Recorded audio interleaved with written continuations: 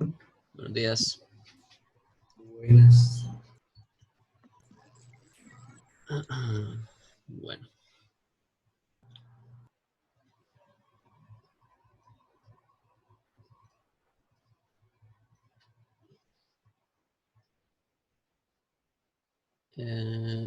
Bueno, mientras va llegando el resto de gente, muchachos, nosotros ya dijimos el horario para la prueba. Todavía no. Quedó el sábado 8 de agosto, A pero las no. 10. Sí, no Bueno. hemos. Entonces, vamos a programarlo para las 10 de la mañana.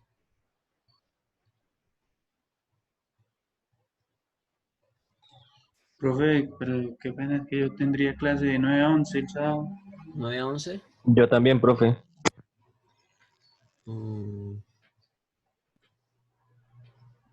La tardecita. A las Y, 2. y si se deja la misma hora de la vez pasada, profe, a las 2. ¿A las 2 como la vez pasada? 2 de la tarde. Ok. Entonces me toca. Lo que pasa es que tengo que llegar a un acuerdo con los dos grupos. ¿Listo? Porque voy a hacer a los dos grupos, les voy a hacer la prueba simultáneamente. Entonces, tengo que buscar un horario que me quede con los dos grupos. Me dicen que a las 10 no pueden. Entonces,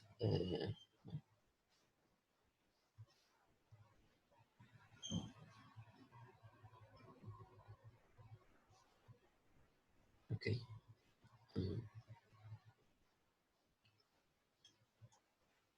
¿Todos podrían a las 2? Sí, señor. Pues sí. Yo también, profe. Bueno, entonces voy a cuadrar aquí un papelito donde están tomando. Entonces, ustedes 14 horas.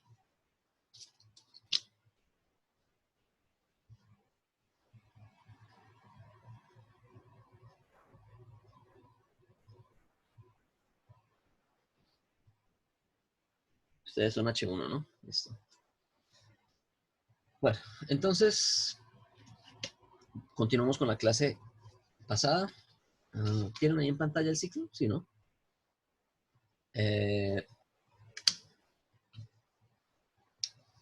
Bueno, entonces muchachos, habíamos quedado en la clase pasada, estábamos analizando este ciclo de refrigeración. Miremos a ver dónde habíamos quedado. Habíamos determinado solamente la calidad en el punto 4. No habíamos determinado nada más.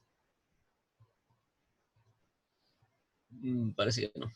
Bueno, entonces hagámosle rápido para que podamos hacer el de ciclo de potencia.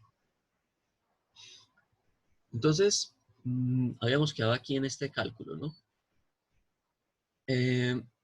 Nos falta entonces determinar el resto de las cargas del ejercicio, ¿no? Entonces, en el ejercicio únicamente nos están dando la masa y algunos estados, ¿no? Pero entonces vamos a determinar cuánta es la energía transferida en cada uno de los componentes. Bueno, el primero que nos pedían era la calidad en el refrigerante en la condición antes de entrar al evaporador, lo cual ya hicimos, que era 36% la calidad del refrigerante en este punto.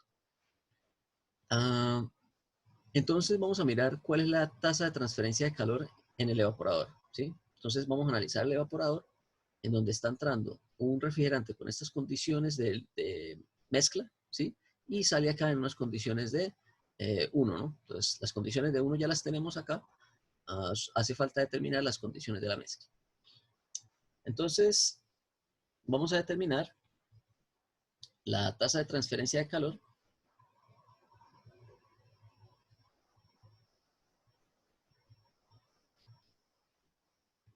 en el evaporador.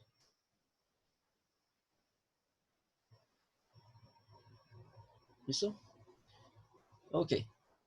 Bueno, entonces vamos a mirar cómo se determina eso. Si recordamos allá la ecuación que teníamos para calor, entonces si desconsideramos los efectos de las energías potenciales, entonces teníamos que el calor neto era igual a una variación de la energía que entraba y que salía del sistema, ¿no? Entonces la energía que entra con una diferencia entre la energía que sale, ¿cierto? Entonces sería aquí el H, ¿cuál era el H de salida ahí? H, ¿qué? H1. Aumentemos aquí para que nos quede mejor. Okay. Entonces,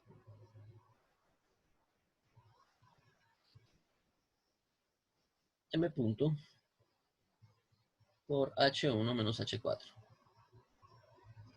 Ok, de H4 ya tenemos, el H4 ya lo tenemos, ¿no? Porque creo que se determinó aquí, ¿o no? Sí, H4. H4 es la misma entalpía de entrada a la válvula de expansión, ¿sí? Entonces, con el dato de la válvula de expansión determinábamos el valor de H4. Ahora el valor de H4 lo vamos a utilizar para saber cuánta energía ese sistema tomó del interior de la nevera ¿para qué? Para enfriar lo que estaba en el interior de la nevera y eso hizo un calentamiento del refrigerante, ¿sí? Entonces, H4 ya lo tenemos. Nos falta H1. Entonces, H1 lo determinamos simplemente de las tablas de vapor sobrecalentado a las condiciones del vapor sobrecalentado, a las cuales está H1, que es de 100 kilopascales y menos 20 grados. Entonces, ¿tienen por ahí ese dato? 100 kilopascales menos 20 grados. Entonces, eso está como vapor sobrecalentado.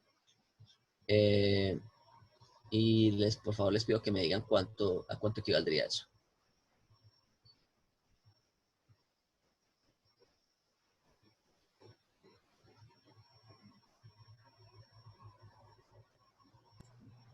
¿Cómo es, profe?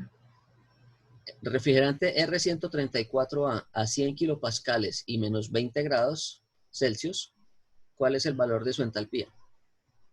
Listo. ¿Cuánto? ¿Alguien dijo algo?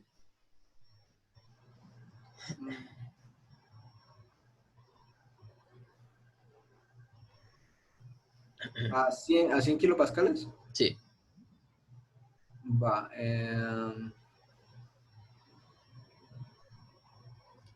¿Y a menos qué? 20 grados. Ya, espera. Sí. Deme el valor de el H, creo que el volumen específico ya lo sacamos y ya. La entalpía en esa condición.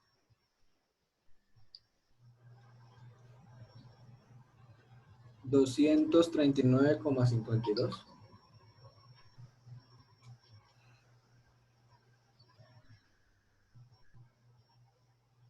Ok, entonces ahora aquí sacamos este valor, entonces sería 0,1 metros por segundo cuadrado, kilogramos por segundo, que es el flujo másico que tenemos en el sistema, que multiplica a esa energía 239,52 menos la energía que teníamos en la mezcla, ¿no? Que era ¿cuánto? A ver, 95,47.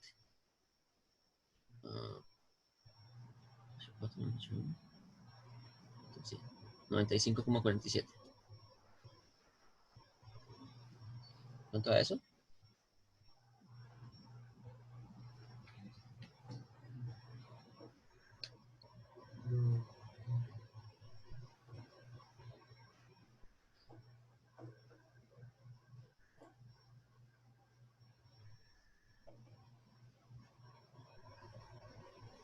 $14,4.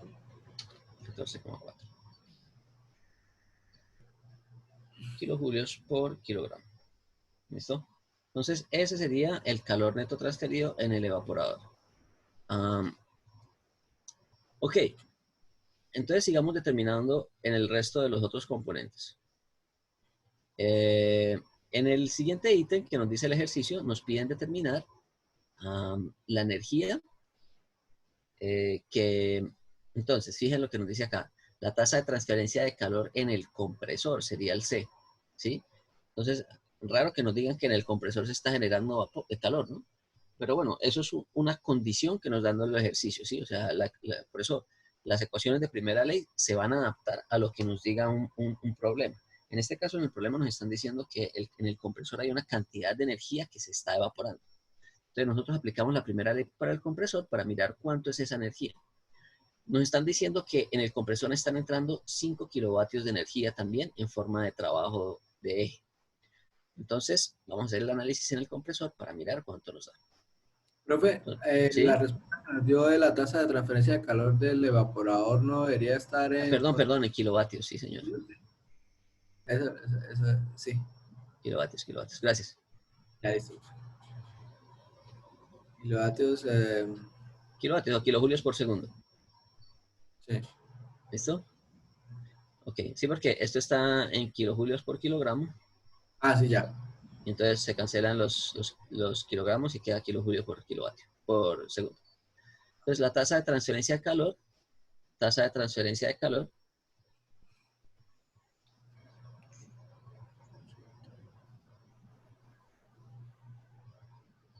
en el compresor. ¿Sí? Entonces, eso puede estar ocurriendo porque hay un sobrecalentamiento del compresor o porque de pronto alguno de los rodamientos del compresor está dañando o porque hay un problema eléctrico, ¿sí? O porque de pronto hay un problema, a ver, ¿qué otro problema puede haber en el compresor? Fricción. Algún tipo de fricción, ¿sí? De los elementos móviles con la carcasa bueno. Entonces, es posible que haya esa transferencia de calor. Entonces, vamos a aplicar la primera ley. Entonces, siempre la aplicamos, yo trato de aplicarla siempre desde su forma global, ¿no? Entonces, quedaría el calor neto transferido menos el trabajo neto, más la sumatoria de los flujos de entrada, pero en este caso solo hay un flujo de entrada, que sería H1, ¿no? Menos el de salida, que es H2, igual a 0. ¿Listo? Entonces, flujo de entrada acá, flujo de salida acá. Ok. Entonces, si despejamos ese calor, nos queda lo siguiente. El calor neto es igual a la masa. Invertimos el sentido de los H's. H1 menos H2, H2 menos H1, más un trabajo neto. ¿Listo? La masa la tenemos, H2 no la tenemos, ¿no? Entonces, ¿cuánto es H2? Sería a 800 kilopascales y una temperatura de 50 grados. ¿Cuánto es, muchachos? Es a 50 grados y una presión de 800 kilopascales.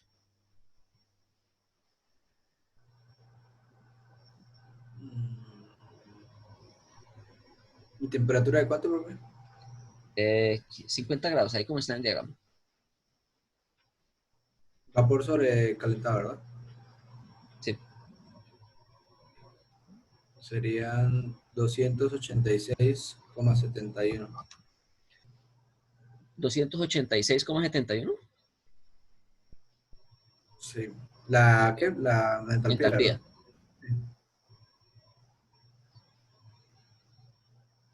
Sí, 8. Kilojulios por kilogramo. Listo, entonces reemplazamos en la ecuación y tendríamos lo siguiente. La masa, 0,1, que multiplica aquí a H2, que es 286,71, menos H1, que sería 239,5, más ¿qué? El trabajo. ¿El trabajo está entrando o está saliendo?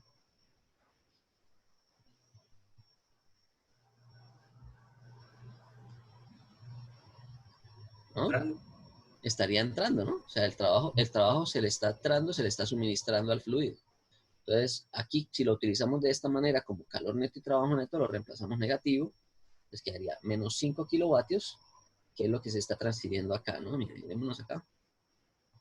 Existe un trabajo que está entrando acá, Sí. ¿no? Y que es de 5 kilovatios, ¿no? Entonces, como está entrando, se coloca negativo. Uh, ¿Y cuánto daría eso? Ya un valor pequeño. Entonces, el calor transferido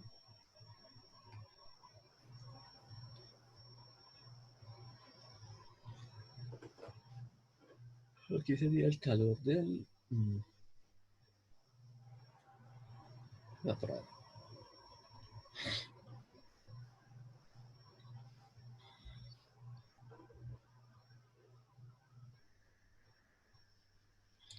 ¿Esperamos que dé positivo o queda negativo? ¿El Ya. calor, el calor se estaría emitiendo o se le estaría suministrando al compresor? Menos 0,279. Sí, estaría en Entonces, negativo. negativo. Entonces, ¿qué quiere decir? ¿200 qué? ¿89? 79, profe. Ok.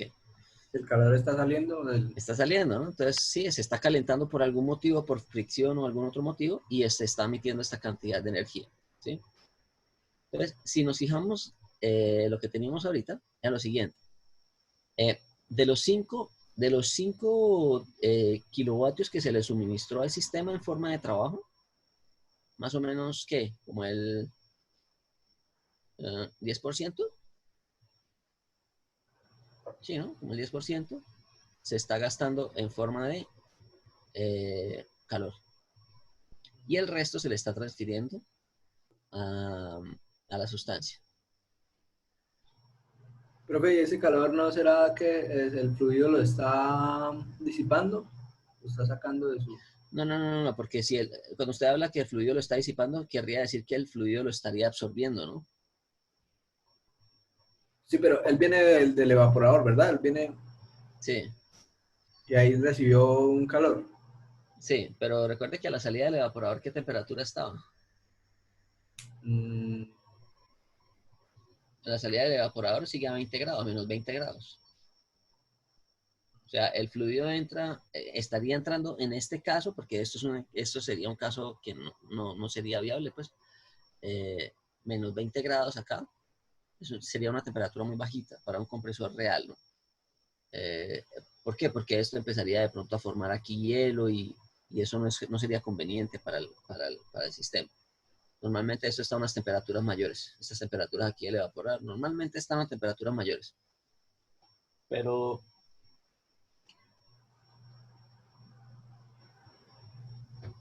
qué? Pero entonces sí, aquí, entonces, efectivamente, lo que podría estar pasando es que, no sé, de pronto el sistema por algún motivo se está calentando, porque recuerde que para haya una transferencia de calor, usted necesita que haya un diferencial de temperaturas, ¿sí? Ese diferencial de temperaturas, pues, fijémonos en algo, a la salida sale 50 grados, ¿sí? Entonces, de pronto aquí en este pedazo de la salida puede ser que haya alguna mala aislamiento o algún problema con el sistema, ¿no? Para que haya esa transferencia de calor hacia afuera. Aquí a la entrada sería lo contrario, ¿no? Como está a una baja temperatura, claro, lo ideal sería que se estuviera calentando, pero de todas formas el flujo aquí pasa tan rápido que los efectos de transferencia de calor generalmente son muy pequeños, ¿sí? Pero bueno, ok. Nos hace falta ¿qué? Determinar el calor en el condensador. ¿Se acuerdan? En la clase pasada yo les había hablado de esta relación, que nosotros podíamos plantear esta relación para ciclos, para cualquier ciclo termodinámico.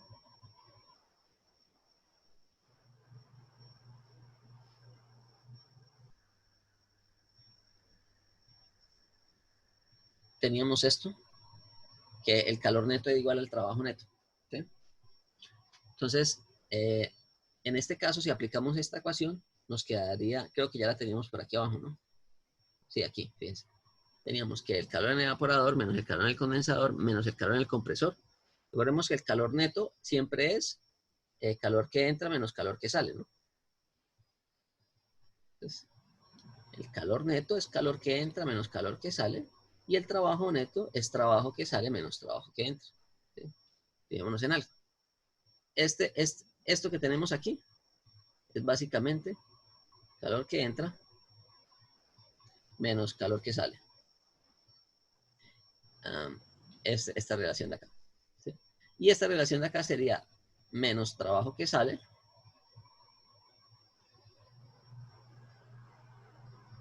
más trabajo que entra. Y eso igual a cero. Trabajo.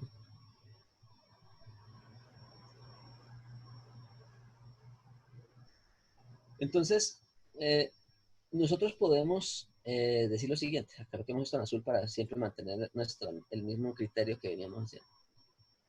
Trabajo que sale menos trabajo que entra. ¿Sí? Igual a cero. Entonces, al hacer esto, cuando nosotros reemplazamos, nosotros sabemos que el calor en el evaporador está entrando, entonces tiene signo positivo. El calor en el condensador está saliendo, entonces tiene signo negativo. El calor en el compresor tiene signo negativo por lo que está saliendo, y el calor estaría entrando, el trabajo estaría entrando o estaría saliendo. Entrando. Entonces se coloca aquí entrando 5, pero menos 5 con menos quedaría positivo acá. Pues cuando pasa al otro lado de la igualdad quedaría negativo, ¿no? Entonces si reemplazamos si reemplazamos los valores aquí, nos quedaría lo siguiente. ¿Cuál es el calor en el evaporador? Fijémonos en algo. Aquí ya estamos asignando los signos, ¿sí? Aquí ya estamos asignando los signos porque ¿qué? Porque nosotros ya estamos reemplazando ahí con los trabajos que salen o que entran, ¿sí? Entonces, en este caso, el calor neto me va a dar, ¿cuánto? Entonces, bueno, en el evaporador, ¿cuánto fue la transferencia de calor? ¿20 qué? ¿14? 11,4 kilovatios. 14,4. El calor en el condensador no lo conocemos, ese es el que nos falta por determinar. ¿Cuánto fue en el del compresor? Menos 0,279. 278. 279. Y esto sería igual a el trabajo en el compresor. ¿Cuánto es el trabajo en el compresor?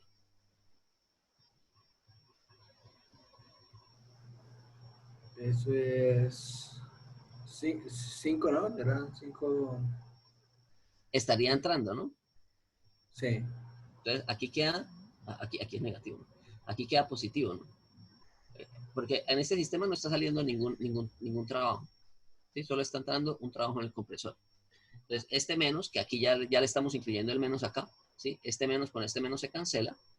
Cuando lo paso al otro lado de la guarda me queda negativo. Entonces haría menos ¿cuánto? Menos 5, ¿no? Entonces, si nosotros despejamos ese calor del condensador, ¿cuánto da? 0, daría 5, 19, 14,4 más 5, menos 0,279. ¿Y 9, qué? 19,121 kilowatts. Kilovatios. ¿Listo? Kilowatts. Este dato que ustedes tienen acá, lo podrían también haber determinado haciendo el análisis de primera ley para el componente, ¿no? O sea, si ustedes podrían haber analizado esto de la siguiente manera, que el calor neto en el equipo que estoy analizando sería igual a la masa, flujo másico que multiplica a H3 menos H2. ¿Listo? Fijémonos en algo. Nosotros aquí ya estamos asignando nuestro signo, ¿no? Por eso nos está dando positivo acá. Porque aquí nosotros ya estamos indicando el sentido en el que va a fluir ese calor. Por eso nos está dando positivo. En este caso de acá, nosotros no sabemos cuál es la dirección del fluido. Todavía no se la hemos asignado. Simplemente partimos de una ecuación genérica y vamos a mirar. Si nos da positivo, si el calor neto nos da positivo, quiere decir que entra. Si el calor neto nos da negativo, quiere decir que sale. Aquí nosotros ya le habíamos indicado que estaba saliendo y por eso nos da un valor positivo. Entonces, hagamos el ejercicio acá para ver cuánto nos da. ¿Cuánto era que daba H3? Que era la de la entalpía en la entrada. Era igual a H4. 95,4 era. 95,47. Y H2, ¿cuánto fue que nos dio ahorita? 280 y pico. Acabamos de calcular, ¿no? 286,71.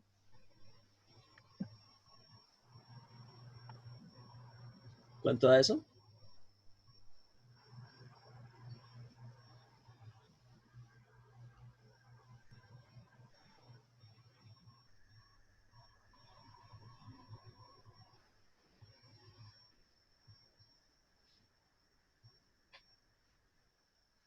Menos 19,124. ¿Cuánto? ¿200 qué? Menos 19,124. La vaina.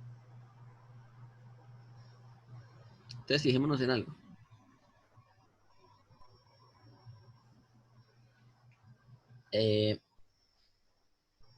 Nos dio lo mismo, ¿no? Sí. Entonces se puede hacer de las dos maneras. Pero, ya, el signo es porque es otro sistema, ¿cierto, profe? Ya. Sí, por lo que aquí ya le estábamos asignando el sentido, ¿sí? Claro. Ya. Entonces, si nosotros hubiéramos dicho, en el compresor entra, entonces yo esto lo hubiera reemplazado aquí por menos el trabajo del compresor, ¿cierto? Porque como está entrando, se coloca negativo. Entonces lo coloco aquí, el A menos pero del condensador. El trabajo. Pero es trabajo, ¿no? No, el calor. Claro. Sí, porque en el condensador es calor, ¿no? Entonces, si yo en el condensador hubiera dicho, en el condensador la energía está saliendo, ¿no? La transferencia de calor es hacia afuera del sistema. Entonces, como es hacia afuera del sistema, va negativo, ¿sí? Entonces, si yo le coloco aquí el negativo y me da aquí negativo, pues me queda dando que el calor en el condensador es de tanto, ¿sí? Esto es solamente para indicar las direcciones en las que están ocurriendo los procesos. ¿Listo? Listo, profe. Entonces, con eso culminamos nuestro ejercicio del ciclo de refrigeración. ¿Hay alguna duda?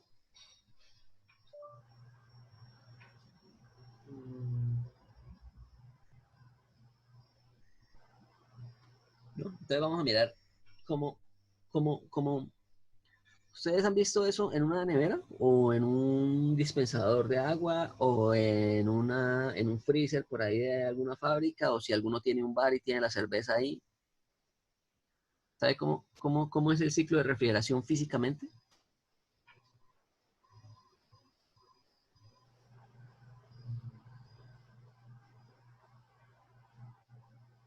Entonces, les voy a dejar como tarea para cada uno de ustedes que identifique los componentes en la nevera que tiene en casa, ¿no? No se pongan a desarmar la nevera, ¿no?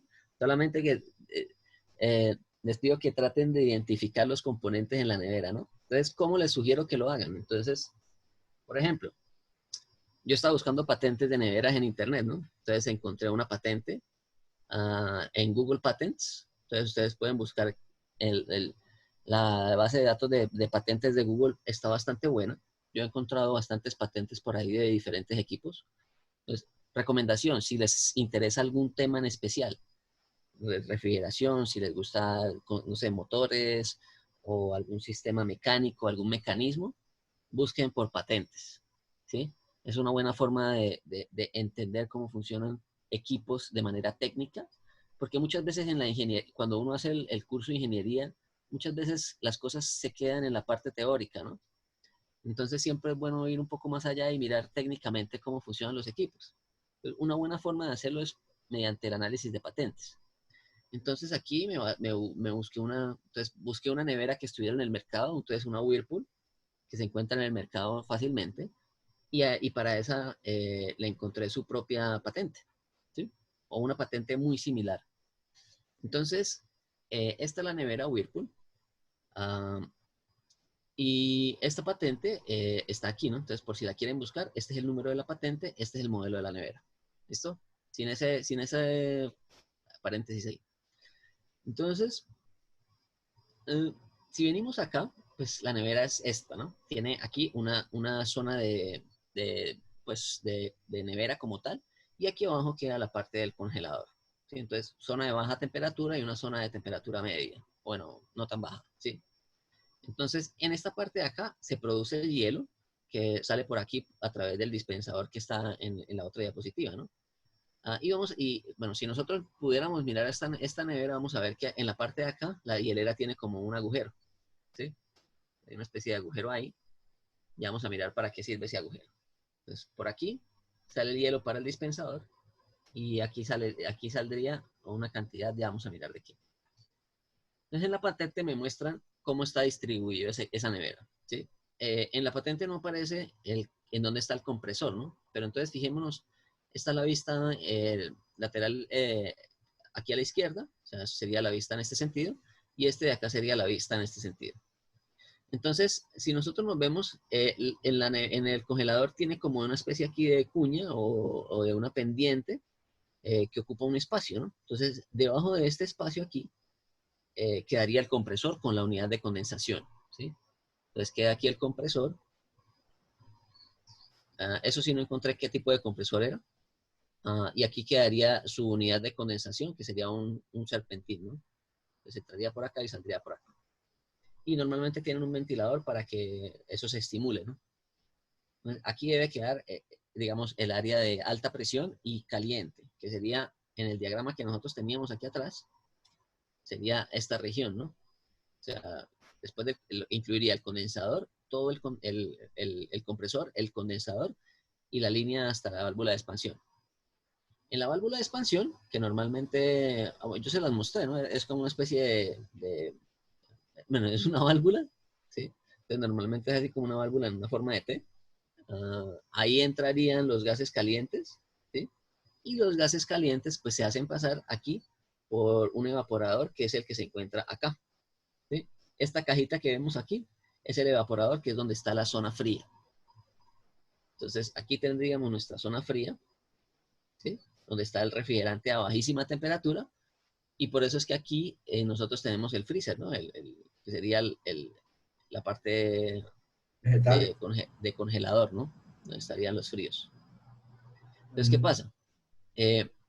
Lo que se suele hacer es que, bueno, este ambiente está expuesto a esta temperatura, ¿no? Y dependiendo de las necesidades que haya acá, se va a encender un sistema de circulación de aire que hace que el aire circule a través de la parte trasera como una especie de espacio que va a haber entre este fondo de la nevera aquí en blanco, ¿sí? Y la parte trasera de la nevera por donde fluye ese aire. El aire entra primero por la hielera. Entonces, si usted necesita hacer hielo, pues aquí entra el aire frío para reducir la temperatura del agua que está acá en la máquina de hielo automático. Hace un retorno y saldría por acá al interior de la nevera, ¿sí? Entonces, sería más o menos un ciclo que vendría por acá, ¿sí? Si ven, viene por acá, pasa por aquí por la hielera y sale aquí por la lateral, que sería como un agujero que tiene esa nevera. Entonces, nuevamente, como esto es un sistema cerrado, este fluido tiene que mirar por dónde circula, ¿no? O sea, si él tiene una forma de circulación permanente, él tiene que volver aquí de alguna manera a la parte fría para volver a iniciar su proceso. Entonces, normalmente eso está aquí, ¿sí? Entonces, aquí hay como una especie de... Ustedes van a ver, por eso les digo, vayan allá, abran la nevera y traten de identificar dónde estarían los ductos por donde se suministra el aire, ¿sí? Donde se suministra el aire caliente y los ductos por donde hace el retorno, ¿sí? Entonces, preferiblemente, pues si ustedes tienen la nevera con el compartimiento de las neveras más modernas que son de este tipo, que tienen 2 puertas o varias puertas, tienen diferentes como rejillas por donde existe esa circulación de aire. Ya los que tengan neveras más antiguas, que son las que tienen el congelador interno, ¿sí saben cuáles son? Que es una puerta y después está una puertica chiquita donde está la parte de hielo y que eso tiene un antifrost para... Bueno, algunas tienen antifrost para que eso no se acumule de escarcha ahí con hielo, pero las más antiguas generan inclusive un hielo y usted las tiene que desconectar para que eso se enfríe, ¿no? Entonces, esto entraría por acá y hace su retorno aquí a través, si ven este agujero que hay acá, entonces a través de este agujero entra nuevamente aquí al sistema ¿me llama? Del freezer, del congelador, y volvería a iniciar el sistema. ¿Listo? Y ese sería como digamos, el proceso mediante el cual funcionan este tipo de neveras, y la mayoría tienen ese mismo comportamiento. ¿Listo? Entonces traten de identificar cómo sabe uno dónde está el condensador, por ejemplo, si la nevera no tiene un condensador expuesto en la parte de atrás, pues uno toca la nevera por los lados, ¿no? Entonces, si usted le coloca aquí la mano por acá, o le coloca la mano aquí por otro lado, o por aquí más arriba, pues usted va a tratar de identificar dónde está caliente. En esos puntos donde está caliente es donde está el condensador del ciclo de refrigeración, ¿sí? En algunas tienen la parte de aquí de atrás, o sea, si usted lo mira en la parte trasera, tiene aquí como una rejilla donde, digamos, se permite el flujo de aire y ahí uno alcanza a ver el compresor y alcanza a ver algunos componentes. Entonces traten de echarle un ojo ahí, no vayan a hacer daños para que no lo regañen.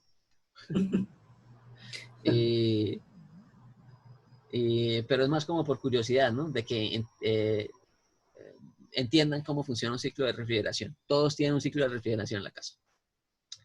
Lo mismo, si tienen aire acondicionado en la casa, también lo tienen. También desbarátenlo. También. Y luego ahí Laboratorio sí. de termo, profe. Sí, sí, sí. No, pues yo tengo planes de montar uno, pero para eso necesita billete. Hacemos un bazar. Sí, sí, si no se monta con recursos de la universidad, pues uno monta su propio laboratorio personal y después lo puede ofrecer para que hagan experiencias y tal. Aguanta. ¿Ah? Que aguanta, profe. Sí, no, pues ese es un plan que tengo. Está en desarrollo. Entonces, esto... Un semillero. No crean, eso, hay muchas experiencias de la termodinámica que se pueden aprender muy fácilmente con experimentos, ¿sí? Y bueno, aquí uno podría colocar termómetros y manómetros para medir presiones y temperaturas y aquí se puede colocar la instrumentación necesaria, ¿no? Por ejemplo, aquí usted puede colocar un tacómetro para medir las RPMs y usted puede colocar aquí de pronto, si la turbina genera algún tipo de energía suficiente, pues uno le coloca un dínamo para medir cuál es el torque y con eso uno podría medir cuál es la potencia que está sacando en esa turbina. Bueno, hay muchas formas para poder hacer experimentos. Entonces, bueno, aquí me metí con otro tema, ¿no? Vamos a entrar en otro tipo de ciclo, el ciclo de potencia, ¿sí? Entonces recordemos, en todo ciclo se cumple la condición de que el calor neto es igual al trabajo neto, ¿sí? Esto es muy importante, siempre que ustedes tengan un proceso que funcione de manera cíclica, ¿sí? Un sistema cerrado funcionando en un ciclo. En este caso, si nosotros agarramos todo el sistema, él se comporta como un ciclo cerrado, ¿no? O sea, imagine, ahora, por ejemplo, si nosotros agarramos solo la turbina y le hacemos el volumen de control a la turbina, pues esa turbina funciona como un ciclo, como un volumen de control, ¿no? Porque va a tener una entrada de fluido y una salida de fluido por acá, ¿sí? Ahora, si yo agarro todo el ciclo, ¿sí? Todo el ciclo como un volumen de control, es decir, si yo hago un volumen de control que sea así de grande, pues aquí yo no voy a tener entradas ni salidas de masa, ¿sí? No voy a tener ninguna entrada ni salida de masa dentro de estos tubos donde está el refrigerante, ¿sí? Las únicas interacciones de ese refrigerante, de ese volumen de control, que sería todo lo que está aquí en estas líneas de refrigerante, va a ser unas transferencias de calor aquí, un trabajo producido acá, otro calor producido, eliminado acá. Bueno, entonces yo puedo llegar a la conclusión de que en ese ciclo cerrado, en un sistema que funcione de manera cíclica, yo siempre voy a garantizar esta condición, que el calor neto es igual al trabajo neto, ¿sí? Entonces, de pronto en la clase pasada no lo derivé tan bien. Nosotros podemos hacer eso de la misma forma acá, ¿sí? Nosotros podemos decir, de la ecuación total teníamos esto, ¿no? Neto menos el trabajo neto más la sumatoria de los flujos que entran con su propia entalpía, pero con su propia energía, más la sumatoria de los flujos que entran con su propia energía de salida. Perdón, los flujos de entrada menos de salida, ¿cierto? Como el sistema es estacionario, cero, ¿no? Estas dos se mantienen, hay trabajo, hay calor. Perdón, hay calor y hay trabajo, ¿sí? El trabajo en la turbina y el calor en los otros componentes. No hay transferencia de flujo a través del sistema y me queda que el calor neto es igual a trabajo neto, y que es lo mismo que tenía acá. Entonces, eso ocurre en cualquier sistema que funcione de manera cíclica en régimen estacionario, ¿no? Bueno, si está en cíclico, generalmente es estacionario. Ok, entonces, vamos a mirar qué sucede con los ciclos de potencia. ¿Alguien sabe para qué sirve un ciclo de potencia? ¿O ha escuchado mencionar ese término? Mm, Profe, el instinto me dice que es para aprovechar potencia. No sé si Ok, estoy mal. listo. Pero entonces, ¿aprovechar potencia de qué fuente? ¿De calor? Entonces, ahí viene la cuestión, ¿no? Porque usted puede aprovechar potencia de una fuente que sea mecánica. Por ejemplo, una central hidroeléctrica, ¿sí? En una central hidroeléctrica, usted lo que aprovecha es una energía mecánica, un potencial gravitacional, ¿sí? Entonces, usted tiene aquí una energía potencial asociada a un potencial gravitacional, ¿sí? Esa energía potencial, cuando usted viene acá, entonces aquí a la entrada de la turbina hidráulica, usted esa energía potencial la convirtió en energía cinética, ¿no? ¿Sí? Y esa energía cinética la aprovecho para producir aquí el movimiento de un eje en una turbina y saldría con una menor cantidad de energía, con una energía cinética menor, para la descarga de nuevo al río, ¿no? Entonces, aquí yo estoy produciendo potencia, ¿sí? Aquí yo estoy produciendo potencia, pero esta sería un ciclo de potencia como tal.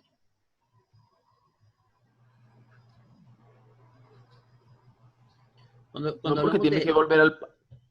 bueno, en parte de eso, ¿no? Pero en realidad cuando hablamos de ciclos de potencia nos estamos refiriendo más o por ejemplo, o a máquinas térmicas, mejor, ¿sí? Entonces, máquinas térmicas, a esto también le podemos decir que es una máquina térmica. Yo creo que mejor dejarlo como máquina térmica. Ciclo de potencia también, porque es un ciclo en donde se genera potencia, ¿no? Pero aquí, pues, esta agua nunca va a retornar aquí, ¿no? Nosotros disponemos del agua acá. Bueno, en realidad sí vuelve, ¿no? Porque esto se evapora por evaporación. Aquí esto sube el agua, se forman las nubes, ¿sí? Las nubes van acá a los lugares de mayor altura, ¿no? Entonces se van a las montañas y aquí se deposita en forma de lluvia y retorna, ¿no? Que sería el ciclo del agua. Pero la Pero lluvia no puede ser incorporada en estos ciclos mecánicos, ¿no? no. Bueno, en teoría está así, ¿no? Porque esta evaporación se da en parte es por la energía del sol. Ahí hay todo como un equilibrio de... Todo se puede en ingeniería, todo. Sí. ¿Y qué Todo se tiene que puede en ver? ingeniería. No, todo se puede en ingeniería. Bueno, entonces, cuando hablamos de máquinas térmicas, nos estamos refiriendo principalmente a sistemas que son capaces de aprovechar energía térmica. Entonces, sistemas que aprovechan energía térmica. Borramos este sistema. Aprovechan energía térmica para convertirla en energía mecánica.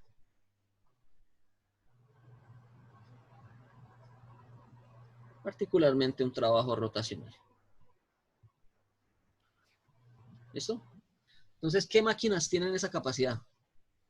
Una muy fácil. Profe, pero pues a mí una vez me explicaron que la eficiencia de esa transformación es bastante baja. No sé si Efectivamente, ahorita vamos a mirar eso.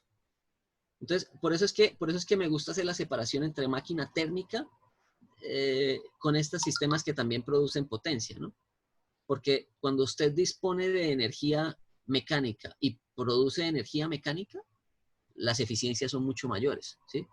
O sea, Claro. usted en una turbina hidráulica, de este potencial de energía, usted puede convertir una mayor cantidad en energía rotacional que la que podría convertir si partiera de energía térmica, ¿sí? En este caso, nosotros disponemos aquí de una energía mecánica, ¿sí? En forma de potencial. Aquí nosotros estamos partiendo de una energía térmica, ¿sí? En forma de, no sé, de calor o...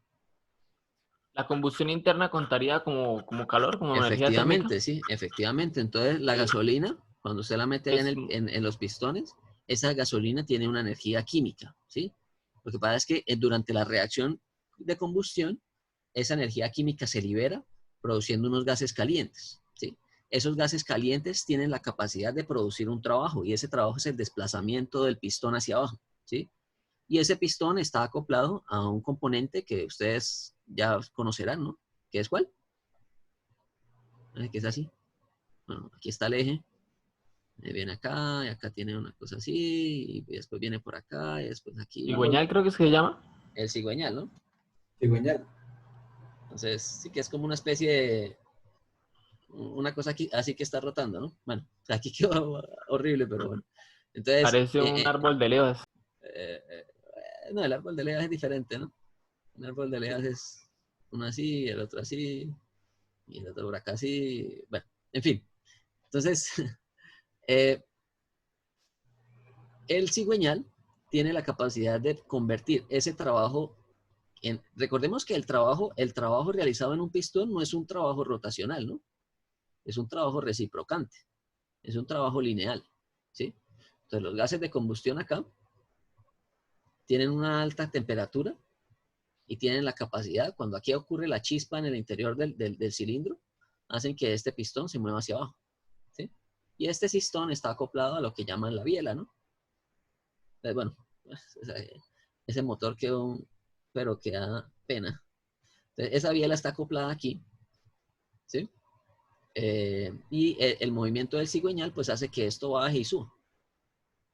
Bueno, en realidad, el movimiento reciprocante del pistón hace que el cigüeñal se mueva en un movimiento rotacional, ¿no?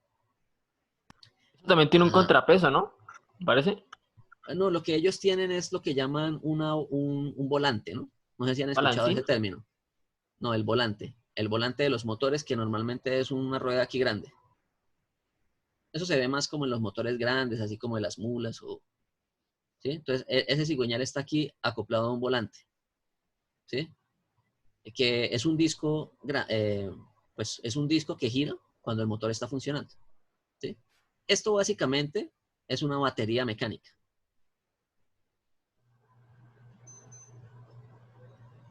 ¿Sí? Entonces, imagínese que es una pila, o así como usted le conecta la batería al computador, pues esto es un sistema que almacena energía en forma rotacional, ¿sí? Entonces, cuando el motor está girando, ese motor al inicio me empieza a mover esta rueda también. Entonces, cuando este motor está funcionando de forma nominal, ¿sí? En condiciones ya de trabajo, esta rueda pues tiene una energía asociada, ¿no? Porque esta rueda tiene masa, ¿sí? Entonces, esta rueda tiene una inercia, que normalmente cuando estamos hablando de sistemas rotativos estamos hablando de un momento de inercia, ¿no? Entonces tiene un momento de inercia con una cantidad de masa. Bueno, la masa está asociada a ese momento de inercia y tiene una velocidad rotacional, ¿sí? Entonces, esa velocidad rotacional, entonces, aquí se está generando un torque, se está generando una energía rotacional, pero tenemos una velocidad rotacional y tenemos un ángulo de rotación. Entonces, aquí tenemos lo que se llama una energía cinética de rotación. ¿Sí? Entonces, esto ayuda a que el motor funcione de manera más adecuada, ¿no? Porque recordemos que aquí tenemos explosiones de manera cíclica, ¿no? Entonces, aquí ocurre una explosión cuando aquí uno de estos pistones está subiendo. Entonces, normalmente, digamos, la capacidad que tiene el motor de entregar energía siempre es como una especie de ciclo, ¿no? Que va a depender de cuál es la capacidad del sistema de estar bien sincronizado en esas explosiones. Entonces, una manera de mejorar este ciclo es mediante una batería, que sería este, ¿sí? Esta rueda acumula energía que me la disipa cada vez que necesite o cada vez que este sistema se esté frenando, ¿sí? Entonces, eso es como una forma de almacenar energía en un motor de combustión, ¿no? Bueno, aquí me empecé a viajar otra vez con una aplicación, pero bueno. Entonces, esto sería efectivamente una máquina térmica, ¿sí? Aprovecha energía térmica aquí en la combustión de la gasolina para producir un movimiento mecánico que sería el movimiento rotacional de este cigüeñal que después es transferido a las ruedas mediante un sistema de distribución, ¿no? ¿En qué otro lugar ustedes conocen una máquina térmica? ¿O qué otra máquina térmica conocen? Esto, la clase de hoy va a ser importante para el trabajo, bueno, para el trabajo final.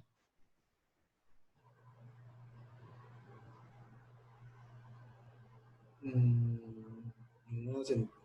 Profe, no sé si cuente de la energía solar, o sea, las fotoceldas. La Técnicamente, fotocelda como, bueno, si usted me está hablando de la energía solar fotovoltaica, esa no es una máquina térmica. Porque o bueno, sí, no mentiras, podría ser una máquina térmica, lo que pasa es que, no mentiras, lo que pasa es que desde ahí cierto se punto de vista. convierte energía solar, que es una forma de energía. Lo que pasa es que en las fotoceldas usted aprovecha la energía que tienen los fotones, ¿sí?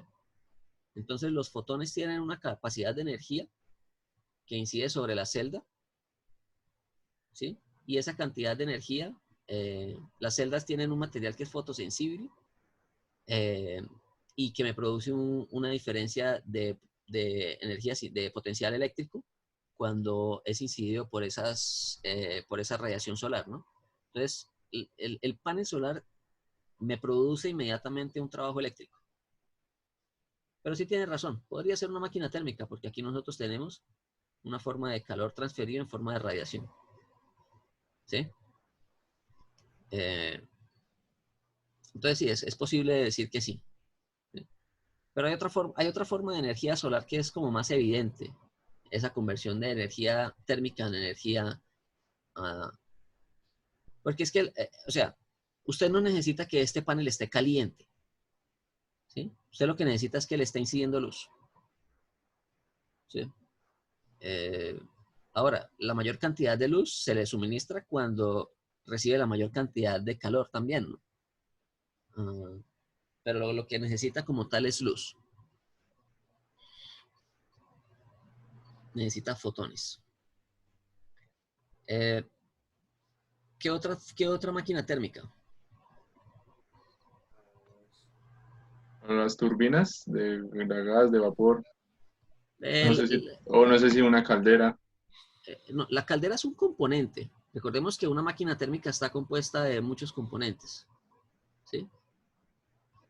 O sea, recordemos, la máquina térmica es un sistema, ¿no? No es un dispositivo, es un sistema que tiene la capacidad de aprovechar energía térmica y convertirlo en energía mecánica de rotación. Entonces, ¿cuál sería? ¿Cuál podría ser? Está cerca, pero no está completamente, digamos, correcta la afirmación. La planta Una planta, térmica, una planta termoeléctrica, ¿no? termoeléctrica, sí. Entonces, las plantas termoeléctricas, no sé si aquí hay alguien de Barranca. Sí, En Barranca está Termobarranca, ¿no?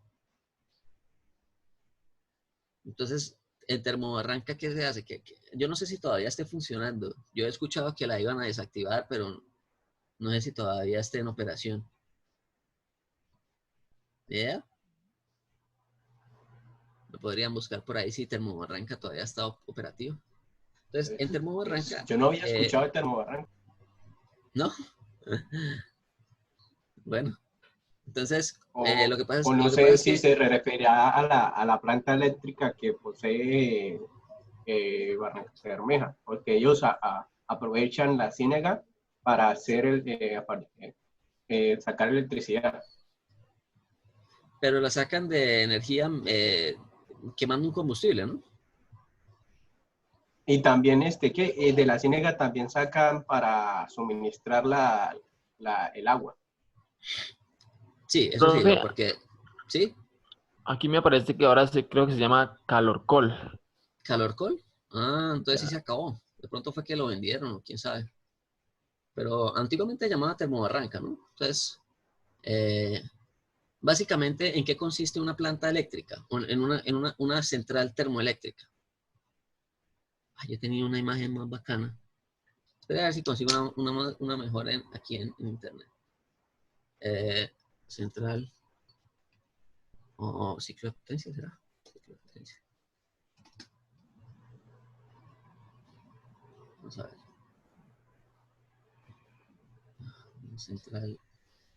Central termoeléctrica. Profe, pues Acá yo, hay una figura más bacana. Entonces vamos a mirar esta figura.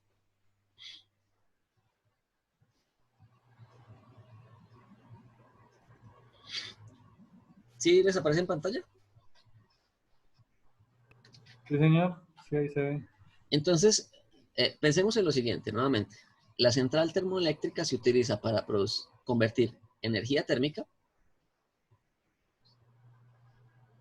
en un trabajo rotacional en una turbina, ¿no? Entonces, ¿con qué cuenta una central termoeléctrica? Cuenta primero aquí con una caldera, ¿sí? Una caldera, ¿sí? ¿y qué La, se quema? la caldera, ¿qué es? Es un dispositivo en donde nosotros quemamos un combustible para producir vapor, ¿sí? Existen diferentes tipos de caldera. A este tipo de caldera se le llaman acotubulares porque, bueno, el agua va por el interior de los tubos. Pero hay otras calderas de otro tipo, pero este tipo de calderas son las que se utilizan en la generación de potencia. Estas calderas grandototas, que esto puede tener una altura de, no sé, de 50 metros, 60 metros de altura tal vez. Son calderas bastante grandes, es prácticamente un edificio, ¿sí? Entonces, ¿qué pasa acá? Acá hay un suministro para esta caldera que nosotros vemos acá, la caldera es básicamente todo esto. Todo esto que está acá es la caldera, ¿sí? Entonces, en la caldera, ¿qué está entrando? Entra un combustible, ¿sí? Ese combustible se transporta acá mediante unas bandas transportadoras, llega aquí a unas tolvas o a unos sistemas de suministro, y aquí es suministrado mediante, puede ser por inyección neumática, se inyecta aquí al interior de la caldera, ¿no?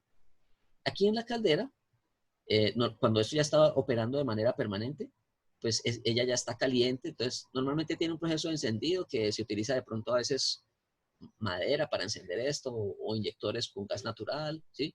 Entonces supongamos que esta utiliza carbón, ¿no? Entonces utilizamos aquí gas natural para producir una llama y calentar esto en el interior. Cuando ya está caliente, se inyecta el carbón y el carbón ya se quema aquí en suspensión y mantiene el sistema con una llama bien, pues con el vigor necesario, ¿no? Diente. Entonces, esa llama digamos, esa llama va a empezar a moverse a través del interior de la caldera, entonces los gases calientes suben por acá, empiezan a transferir calor aquí a esta serie de tubos.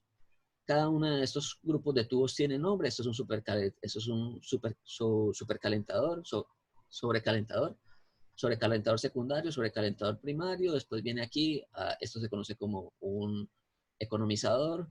Eso lo van a ver ustedes en termos. De aquí pasa por un sistema de filtrado, que puede ser un precipitador electrostático o puede ser un scrubber. Y de aquí sale para la chimenea, por donde salen los gases de combustión. ¿Listo? Entonces, estos gases calientes que están en este periodo le transfieren calor al agua que va pasando por el interior de los tubos. Entonces, el agua entra aquí mediante un sistema de bombas. El agua entra por aquí, ¿sí? Entra aquí por aquí abajo, se calienta, se calienta, se calienta. Después llega aquí a este tambor. De este tambor es distribuido a los diferentes puntos de la caldera y se va calentando y se va evaporando. Entonces, aquí a la salida nosotros tenemos vapor sobrecalentado, un vapor con mucha energía, ¿sí? Ese calor que va aquí con mucha energía entra a unas turbinas, ¿sí? En la turbina, ese calor se expande, o sea, en el momento en el que el calor se expande, esto empieza a entregar esa parte de la energía que tenía disponible para producir este movimiento rotacional de las turbinas, primero por una turbina de alta presión, después por una turbina de baja presión, y aquí entra a un generador eléctrico, ¿no? O sea, todo este eje que se está moviendo con las dos turbinas está acoplado a un generador eléctrico que genera la energía que nosotros consumimos, ¿no? ¿Qué pasa? Que cuando el vapor sale de estas turbinas, este vapor se le considera que es un vapor pobre energéticamente, ¿sí? es pobre energéticamente porque él ya no tiene una buena capacidad para producir trabajo, ¿sí? Entonces, esta energía que tiene el vapor acá es una energía que se tiene que desechar. Entonces, recordemos que ese sistema entra como líquido, ¿sí? Aquí entra como un líquido comprimido y aquí está saliendo como un vapor, generalmente como un vapor saturado. Entonces, ¿cómo hago para regresar de esta condición de energía que ya no tengo disponible a la condición de líquido? ¿Qué se coloca cuando yo quiero pasar de vapor a líquido? Condensador. Un condensador, ¿no? Entonces, el condensador es esto que vemos acá, ¿sí? En el condensador es básicamente un intercambiador de calor donde se está utilizando agua. Entonces, generalmente estas torres se llaman torres de enfriamiento porque sirven para enfriar el agua que se utiliza para los condensadores de estos equipos, ¿sí? Entonces, aquí sale como agua líquida ya. Ya el vapor aquí se enfría, se convierte en líquido y viene aquí está la bombita que me manda la energía, que me pone a circular nuevamente toda el agua para iniciar el ciclo. ¿Listo? Así funciona una planta termoeléctrica. Se aprovecha la energía química de un combustible mediante la combustión, ¿cierto? El combustible se quema y se produce esa energía química se libera produciendo una energía térmica. Y esa energía térmica se le entrega a un líquido que en este caso es agua. Ese líquido tiene la capacidad de calentarse, volverse vapor, se expande en unas turbinas produciendo un trabajo mecánico, luego se condensa porque ya no tiene capacidad de producir más energía y después es bombeado nuevamente para comenzar el ciclo nuevamente. Profe, pero ahí el condensador es la torre, ¿verdad? No, el condensador es este. Sí. ¿Sí? El condensador es un intercambiador de calor, ¿sí? La torre se utiliza para enfriar el agua que se utiliza para condensar. O sea, es que aquí hay dos flujos, ¿no? Aquí entra vapor, ¿sí? Aquí entra vapor caliente y aquí por otro lado, por esta línea, por ejemplo, va a entrar agua fría o agua a temperatura ambiente, ¿sí? Ah, Entonces, ya. esa agua que entra a temperatura ambiente transfiere energía, o mejor dicho, absorbe la energía que tiene este vapor, ¿sí?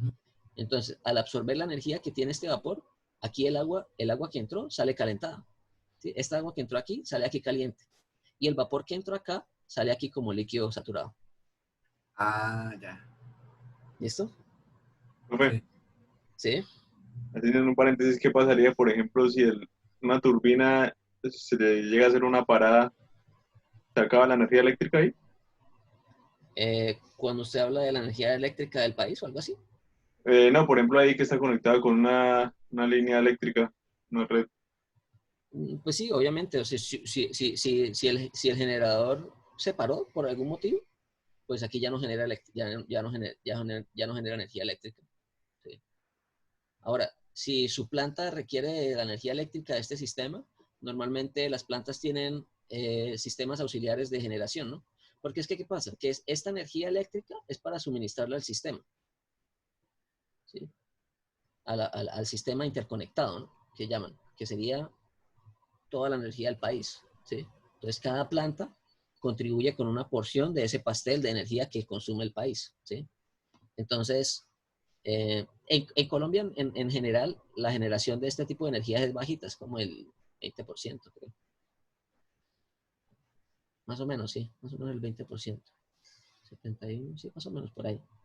Una gran parte es con gas natural y la otra es con carbón. Ah,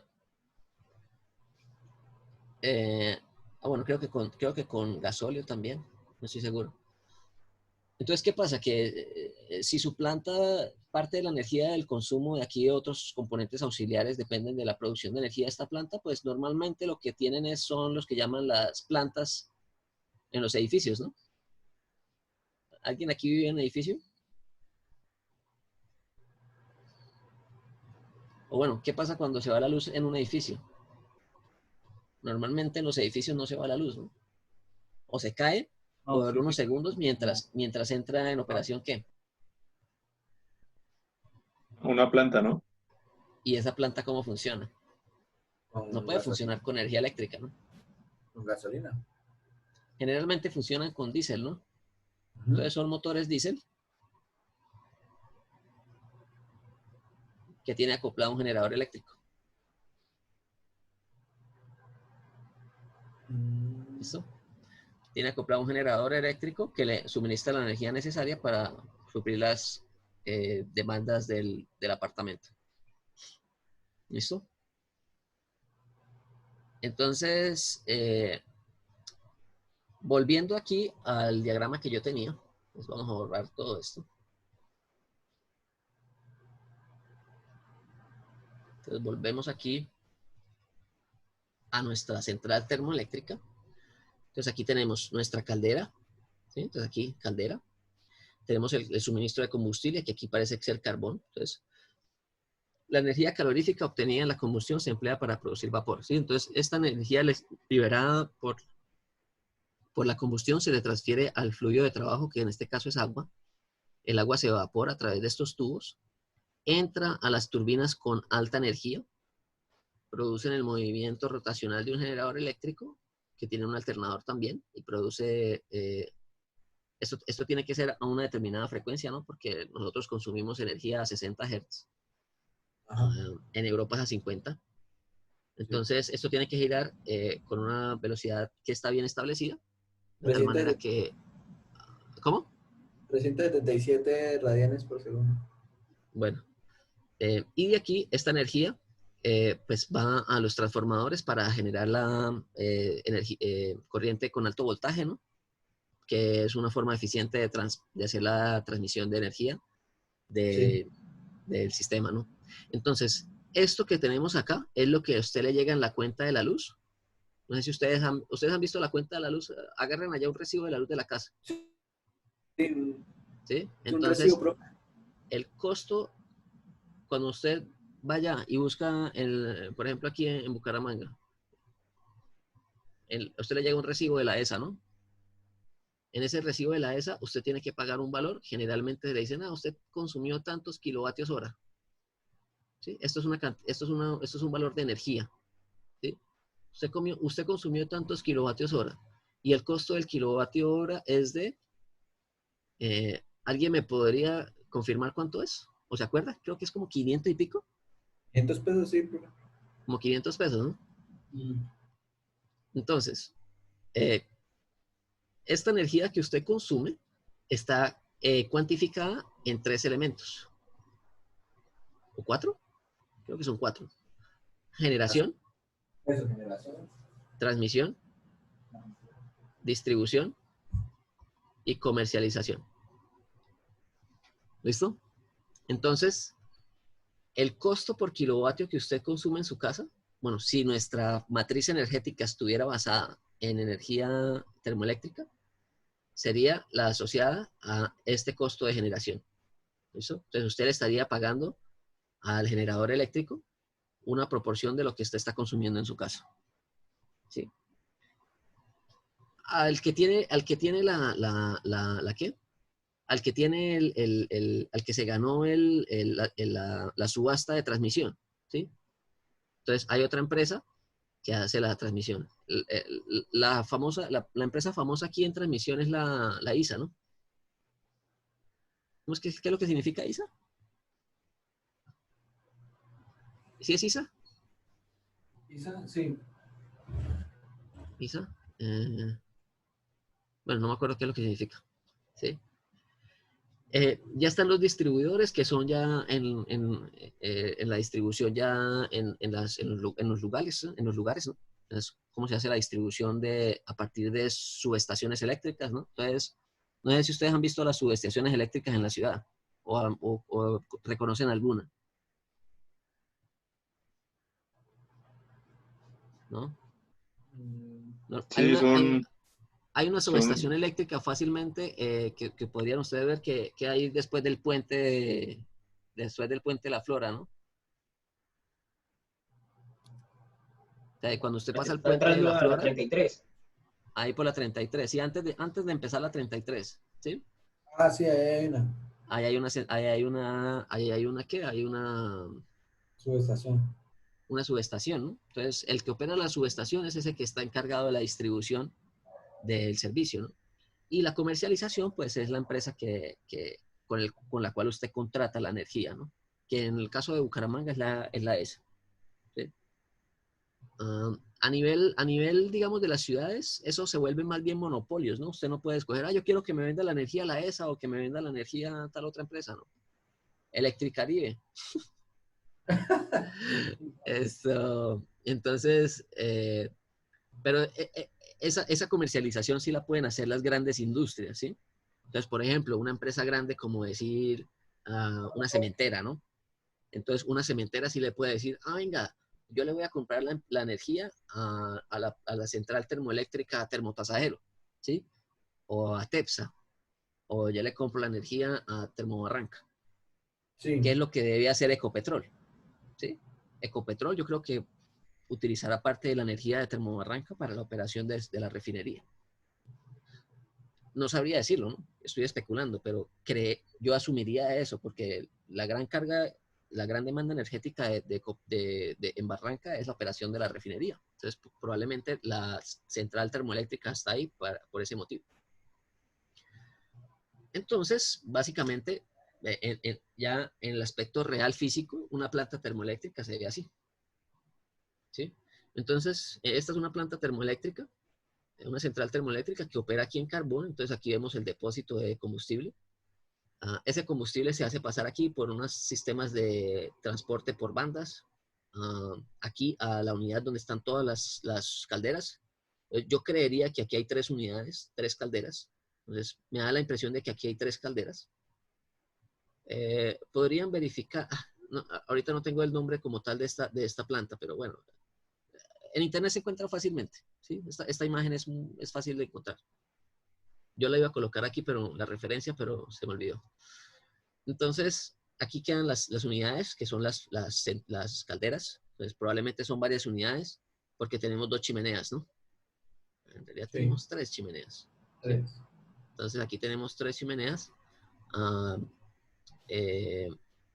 Aquí, si ven que aquí hay como una especie de sistema aquí, probablemente esto sea algún sistema para controlar emisiones, puede ser un scrubber o puede ser un precipitador electrostático, que tiene más pinta de ser un scrubber. Un scrubber es prácticamente un lavador, ¿sí? Es un scrubber. Entonces, un scrubber es un sistema donde usted inyecta una cantidad de un fluido con unos elementos para capturar particularmente. Entonces, si pongamos, los gases de combustión están fluyendo así, ¿no? Entonces, esos gases de combustión a veces tienen azufre, ¿sí? Entonces, para evitar eliminar el azufre aquí en los gases de combustión, se utiliza aquí un sistema que se llama un scrubber, un sistema de lavado, que utiliza una sustancia acuosa que generalmente tiene una sal, unas bases ahí, que capturan este azufre y lo convierten aquí en un sulfato. ¿Sí? Creo que sulfato de calcio, creo que es que lo forman en una solución líquida. ¿Sí? Entonces, son sistemas como para el control de emisiones de gases. Yo creo que las unidades de generación, las turbinas deben estar aquí. ¿Sí? Estos deben ser las calderas, aquí deben estar las turbinas. Y este debe ser el sistema de tratamiento del agua. ¿Sí? Aunque no estoy seguro. Esto de aquí, no estoy seguro que sea. No me atrevería a decir qué es. Pero bueno. Estas son las torres de enfriamiento, que son las que se utilizan para tomar la energía necesaria de los condensadores. Y aquí vemos la subestación eléctrica, antes de mandarla al sistema interconectado de transmisión. ¿Listo? Entonces, más o menos así es que funciona una planta termoeléctrica. Ahora sí vamos a hacer el ejercicio. Entonces, en el ejercicio nos dicen que tenemos una central termoeléctrica operando con vapor de agua y que nos dicen que tiene unos datos, unos valores, unos estados en cada uno de estos puntos, ¿no? Entonces, aquí a la salida de la caldera tenemos vapor sobrecalentado con un estado 1 que está caracterizado por estas 2 propiedades, presión y temperatura. Nos están diciendo que en esta línea roja, que es una línea de alta temperatura y alta presión, nosotros tenemos una pérdida de energía, ¿no? Porque esa pérdida de energía sería algo benéfico o sería algo que estaría produciendo pérdidas. ¿Qué pensarían? Pérdidas. Produce pérdidas, ¿no? Porque le está robando energía al vapor que yo voy a utilizar en la turbina. Sí. ¿Por qué podría ser esas pérdidas en esa línea? Por las altas temperaturas, alta ¿Por qué? diferencia de temperaturas. Ya. No le escucho casi. Por las altas diferencias de temperatura, bro. Pero yo puedo tener altas temperaturas en un sistema y no tener pérdidas. De fluidez. Lo que estás transportando. ¿Cómo yo controlo la transferencia de calor en un sistema? El aislamiento. Entonces, un aislamiento, ¿no? Sí. Entonces, probablemente el aislamiento de este sistema no está funcionando adecuadamente o de pronto hay algún problema interno, una fuga, una microfuga en ese sistema, entonces eso está haciendo que la presión se caiga y se caiga la temperatura. Hay diversos motivos por los cuales puede haber esas variaciones en las líneas. En este caso, vamos a decir que sí, efectivamente va a haber una pérdida de calor acá, pero no nos vamos a meter con pérdidas de presión, ¿sí? Entonces vamos a cambiar un poco los datos del ejercicio para que lo podamos hacer más rápidamente, que ya casi no nos queda tiempo. Entonces vamos a decir que está saliendo va a estar a las 2 megapascales, pero con una caída de temperatura no más. ¿Listo? Entonces, aquí, este fluido que entra a alta presión y entra a alta temperatura, una parte de esta energía produce trabajo en rotación en la turbina y el resto sale a baja presión, ¿no? Entonces, aquí sale a baja presión y a baja temperatura. Fijémonos que el cambio de presiones es drástico, ¿no? Aquí estamos entrando ¿a qué presión? 2 megapascales. ¿Y a qué presión está saliendo?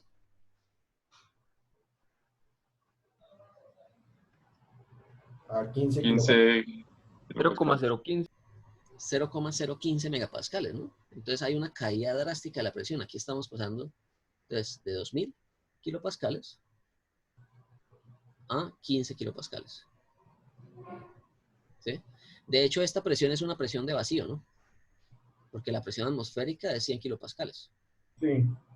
Entonces, generalmente estos ciclos tienen dos regiones que coloqué aquí, una en rojo y una en azul, ¿no?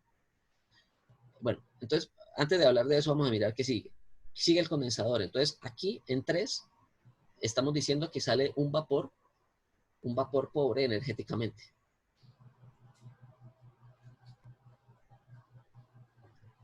¿Sí? Pobre energéticamente desde el punto de vista de que tiene poca capacidad de producir trabajo. ¿Sí? Entonces, este fluido que estaba aquí caliente, con alta presión, tiene un potencial de desarrollar un trabajo. Y que ese potencial de desarrollar un trabajo tiene unos límites. ¿Sí? Y eso se cuantifica con una propiedad que no creo que alcancemos a ver, pero a veces se alcanza a ver en los cursos de termodinámica que se llama exergía. ¿Sí? Pero eso no creo que lo alcancemos a ver. Normalmente el análisis de exergía lo que nos dice es cuál es el potencial de un sistema de producir trabajo mecánico. ¿Sí? Entonces, eso quiere decir que el vapor que sale aquí no tiene esa capacidad de producir un trabajo mecánico. Entonces, es un vapor que se considera como un vapor de residuo, ¿sí? Una cantidad de energía que a pesar de que tiene más energía de la que entró, o sea, más energía de esta que había acá, no tiene capacidad de convertir esa energía en trabajo. ¿Sí? Entonces, simplemente este vapor tiene que retornar a su condición inicial, que es líquido comprimido aquí en la bomba. ¿Sí? Recordemos, aquí entra líquido comprimido y aquí está saliendo vapor, generalmente vapor saturado. Aquí, fijémonos que aquí es vapor con 90% de calidad, entonces es próximo a la saturación. Entonces, ese vapor que está acá tiene que convertirse nuevamente a líquido comprimido. Entonces, hay que condensarlo primero, ¿sí? Entonces, cuando lo condensamos, lo volvemos un líquido, pero todavía con una baja presión. Y para aumentar la presión de ese líquido que salió acá, pues utilizamos una bomba que coloca el sistema en movimiento, ¿sí? Entonces, este ciclo tiene más o menos esta forma. ¿Sí? Ese sería mi ciclo de potencia.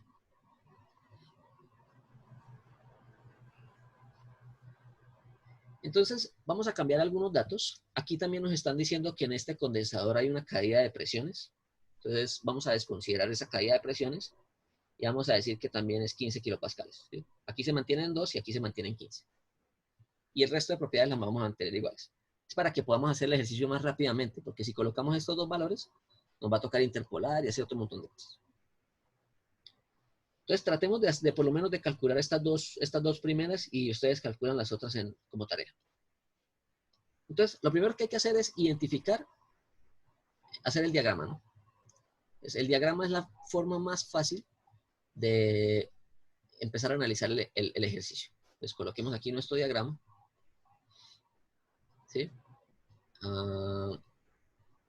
Colocamos aquí temperatura en Celsius. Colocamos aquí volumen específico en en metros cúbicos por kilogramo. ¿Sí? Planteamos aquí nuestro domo de referencia. ¿Cuál es el pico en el punto crítico?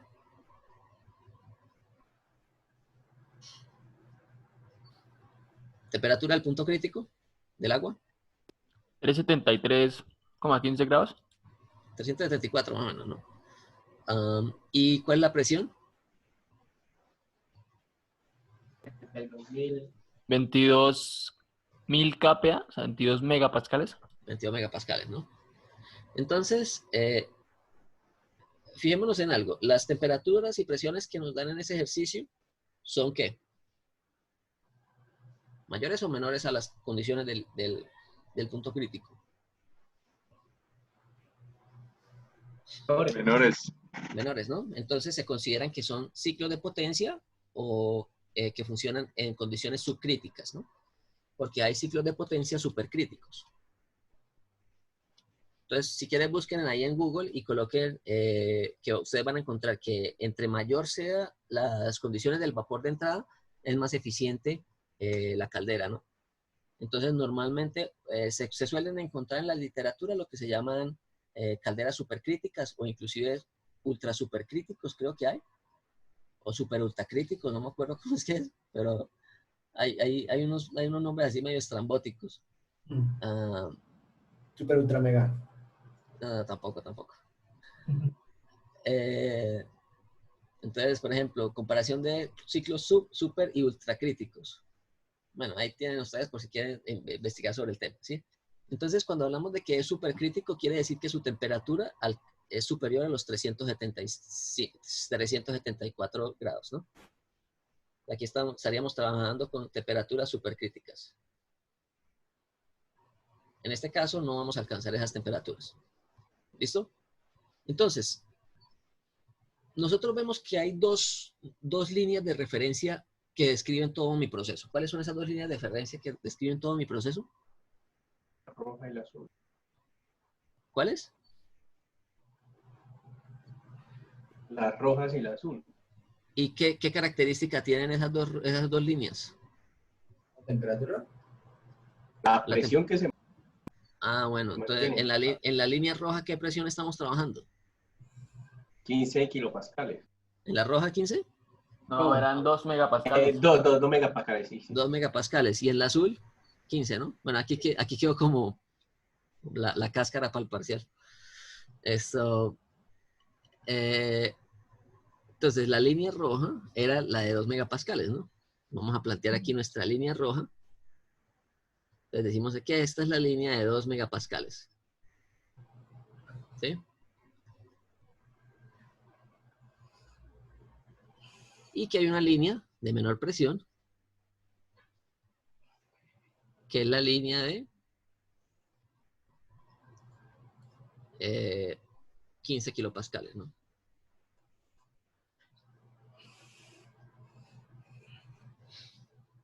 Ok, entonces todos los estados de mi ciclo van a estar entre estas dos líneas, ¿sí? Sobre alguna de estas dos líneas. ¿Listo? Entonces empecemos a identificar los estados. ¿Cuál sería la temperatura de saturación a 2 megapascales?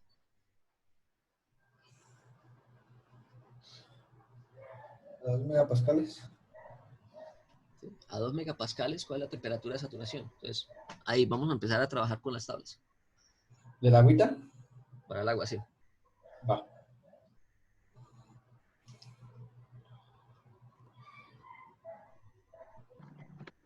212,38. 202 y vayan calculando la de 15 kilopascales. Confirmo la primera. ¿Y la de 15 kilopascales? 342,16. 342, la de 15 kilopascales. No me gano. Ah, kilopascales. 15.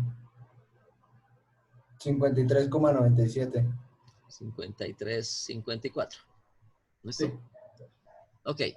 Entonces, vamos a ubicar nuestros estados. En el estado 1, ¿cuál es la temperatura que teníamos? Bueno, anoten estos datos por ahí, para que no tengamos que estar aquí viniendo. Bueno, ahí se podrían colocar. Entonces, en el estado 1, vamos a ubicar el estado 1.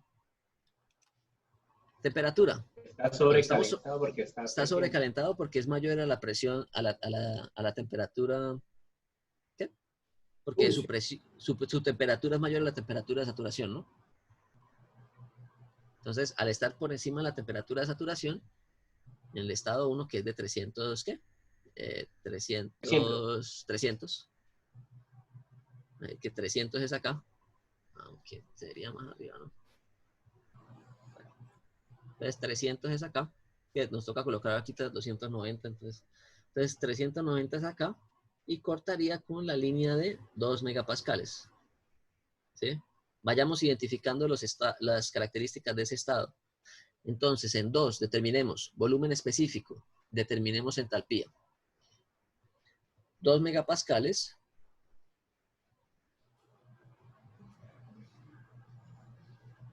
tenemos un volumen específico 1 y vamos a determinar el volumen específico en 1 a 2 megapascales y 300 grados. ¿Cuánto hace volumen específico? Va.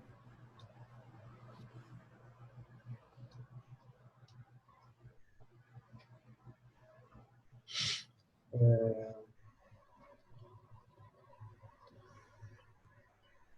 0,12551.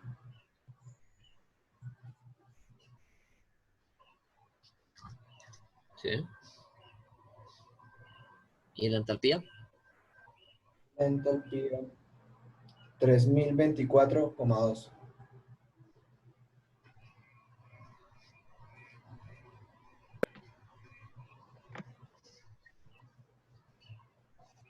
Ok, entonces fijémonos en algo. Antes de empezar a determinar todos los estados, enfoquemos qué es lo que vamos a calcular, ¿no? Entonces, nos están diciendo, utilizando los datos suministrados en el ejercicio, determine las siguientes cantidades de energía por unidad de masa. ¿Listo? O sea, energía transferida por unidad de masa. Entonces, el calor transferido en la línea 1, 2, entre la caldera y la turbina. Entonces, nos están pidiendo que determinemos el calor transferido en la línea 1, 2.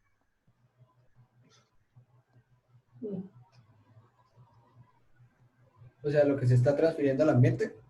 Exactamente, lo que se está perdiendo, como lo que hay unas pérdidas ahí, ¿no? Entonces, nosotros vamos a decir que según la ecuación que nosotros teníamos para intercambiadores de calor, porque eso estaría funcionando como un intercambiador de calor, ¿no? Sería que el trabajo neto es igual a un M punto que multiplica a una entalpía de salida, que sería 2, menos una entalpía de entrada, que sería 1. ¿Sí? Ahora, como nos están pidiendo por unidad de masa, pasamos esta masa a dividir aquí, ¿sí? Entonces nos quedaría, normalmente lo colocamos como una Q minúscula, y eso queda igual a H2 menos H1. ¿Sí? Entonces necesitamos determinar los valores de H1 y H2 para determinar cuánto es esto. Coloquémoslo en verde mejor. Me gusta más. Dejémoslo así. Bueno, entonces, normalmente, esto, si recordamos las unidades, esto está en kilojulios por kilogramo por segundo, y esto está en kilogramos por segundo, ¿sí? Por eso el punto se elimina, ¿no? Porque aquí los segundos se cancelan, y me queda esto en unidades de kilojulios por kilogramo. ¿Listo? ¿Y la Q minúscula qué era, profe? El calor. Es calor transferido por unidad de masa. Ah, ya, como O sea, aquí específico. tenemos una tasa de transferencia de calor y aquí tenemos una tasa de un flujo másico. Ah, sí, ya. Entonces, cuando yo divido esta tasa de transferencia de calor por el flujo másico, por la tasa de flujo másico, me queda es una unidad de energía por unidad de masa. Sí. Esto porque estamos trabajando es todo por un segundo, entonces se cancelan los segundos y queda Ajá. unidad de energía por masa, ¿no? Sí. Entonces necesitamos H2 y necesitamos H1. Entonces, ahora sí, H1 ya lo determinamos acá. Ahora nos falta determinar H2. Venimos al diagrama, ubicamos 290 y venimos aquí y lo ubicamos ¿en dónde? En la misma línea de 2 megapascales. Entonces estamos por aquí. Entonces, entre estos dos puntos, aquí tenemos nuestro punto 2, Ujú. ¿sí?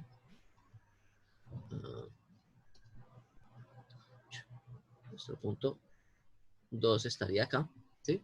Entonces, entre estos dos puntos, ¿qué va a haber? Va a haber una pequeña transferencia de calor hacia el ambiente. ¿Sí? Entonces, aquí hay una pequeñísima transferencia de calor al ambiente. Ya vamos a ver de cuánto es.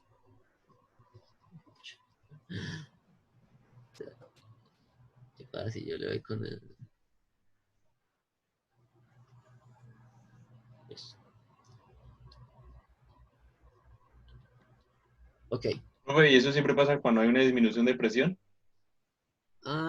Lo que pasa es que en toda tubería hay una disminución de presión. No sé si ustedes ya vieron eso. Eso lo van a ver ustedes en mecánica de fluidos cuando vean tal vez el último tema. ¿Sí? Eh, eh, todo flujo que ande por el interior de una tubería tiene unas pérdidas que se llaman pérdidas por presión. ¿Sí? Pérdidas de presión, perdón. ¿Sí? Entonces usted tiene aquí un tubo. ¿Sí? En ese tubo usted tiene un fluido. ¿Sí? Y este fluido tiene una presión aquí de entrada. ¿Sí? Esta presión de entrada se va a ver afectada dependiendo de las características de este tubo. ¿Sí? Aquí, entre este punto y este punto. Estas pérdidas de presión, es decir, este diferencial de presión entre estos dos puntos va a depender de varias cosas. Depende de la viscosidad de la sustancia. ¿Sí? Depende de la rugosidad del material. ¿Sí? Entonces, si este material es rugoso o si es liso, en la parte interna, ¿no? El tubo, entonces existe la rugosidad que no me acuerdo cómo es que se coloca, creo que es, bueno, digámoslo como rugosidad, no me acuerdo la letra con la cual se expresa, creo que es F, sí, es F, depende del diámetro. Entonces, si esto es más, si el diámetro es menor, la caída de presiones es mayor. Si el diámetro es mayor, la caída de presiones es menor. Depende de la velocidad. ¿Sí? Depende de la velocidad.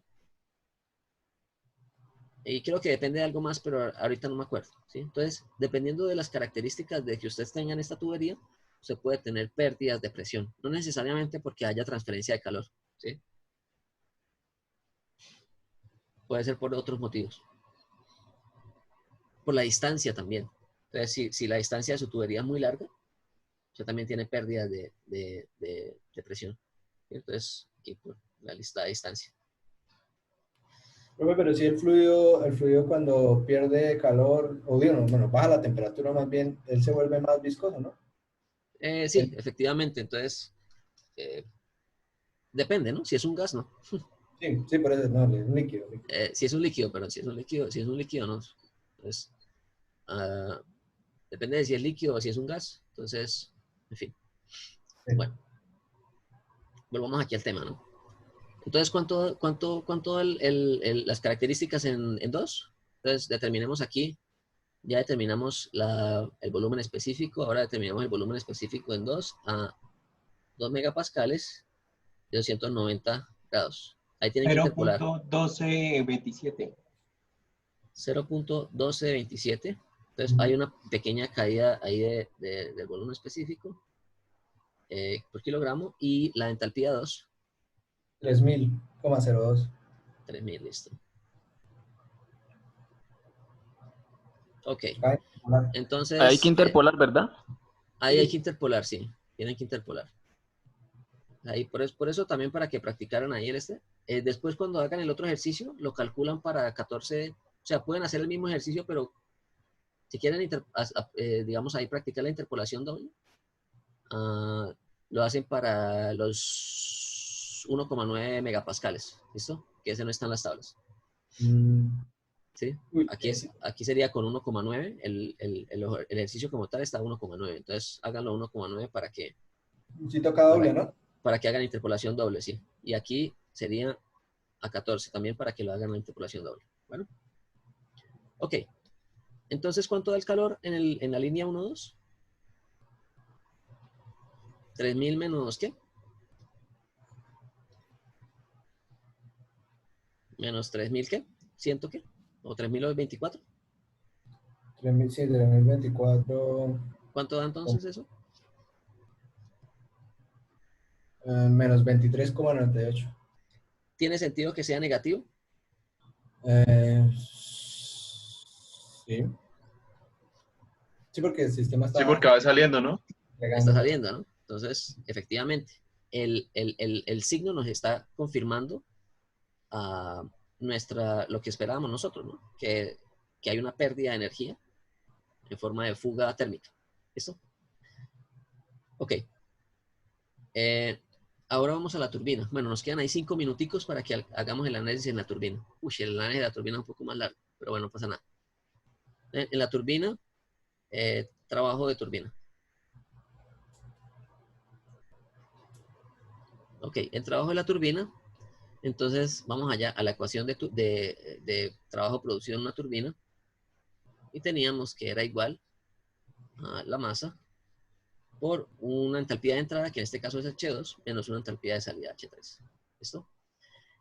O si lo dejamos en términos de específicos, pues nos queda W de bueno, aquí quitémosle, no lo dejemos con turbina, coloquémoslo como neto, ¿no? Mejor. Dejémoslo como neto mejor para que después cuando lo pasemos a turbina quede más...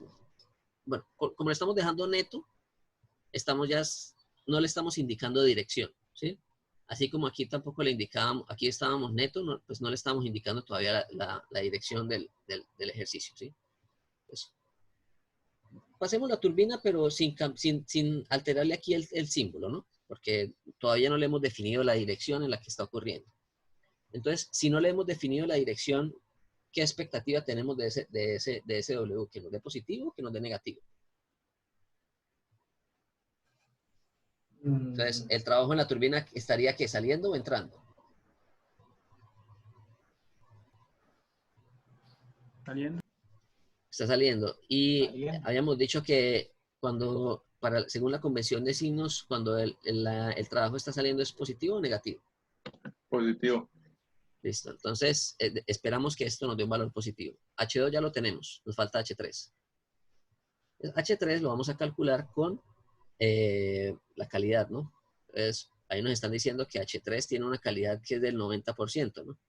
Entonces, H3 está a 15 kilopascales con una calidad de 90%. Entonces, lo tenemos que determinar con la ecuación para calidad, ¿no? Que sería HF a 15 kilopascales más la calidad por HFG a 15 kilopascales. Profe, ¿ese trabajo ahí es el que entrega el fluido a la turbina? El que entrega el fluido aquí, sí. El trabajo que produce aquí de rotación. ¿Listo? Entonces, ¿cuánto sería ese valor aquí? Entonces, hay que determinar todos estos datos, ¿no? Tenemos que determinar HF a 15 kilopascales. ¿Cuánto es?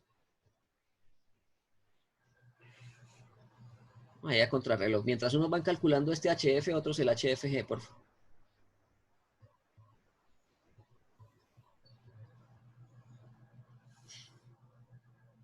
Y me dicen de una vez el BF y el BFG.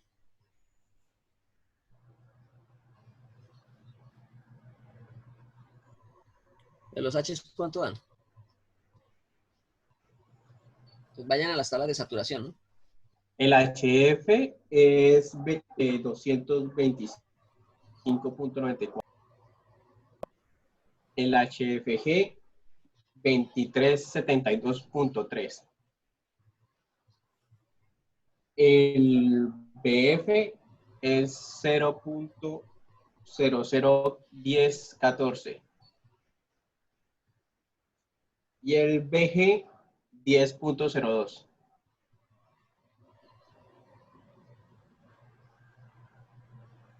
El H total es igual a 2361.01. Aquí ya reemplazando, Sí, señor. Uy, 2361.01. no le rinde. ¿Eh? Entonces, aquí está el valor de nuestro H, ¿no? Entonces, ahora vamos a reemplazar en el valor de W para sacar cuánto da. Entonces, esto sería igual a 2361,01. No, perdón. Este es el H3, ¿no? Entonces sería 3000 menos 2361. ¿Cuánto daría eso?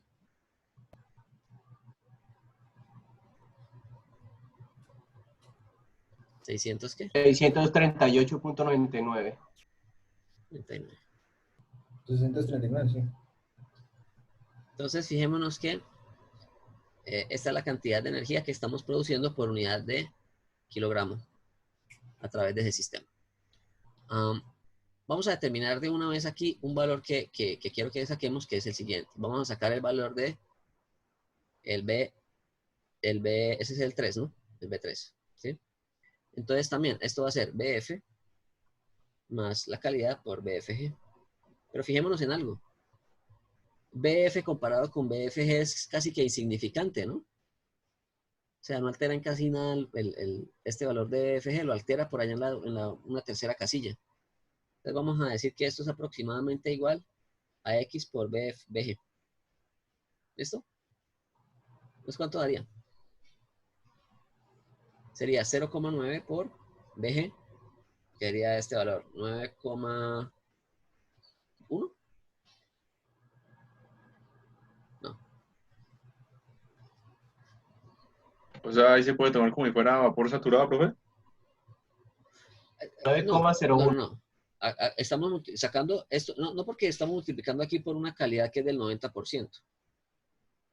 ¿Sí?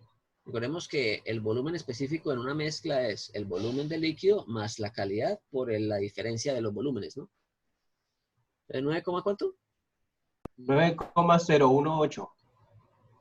0,2 metros cúbicos por kilogramo. ¿Listo? Ok. Es que este lo vamos a necesitar ahorita para otro cálculo. Ok. Entonces, identifiquemos aquí. Bueno, fijémonos el volumen, ¿no? 9,02. ¿En cuánto estábamos a la entrada? ¿El volumen?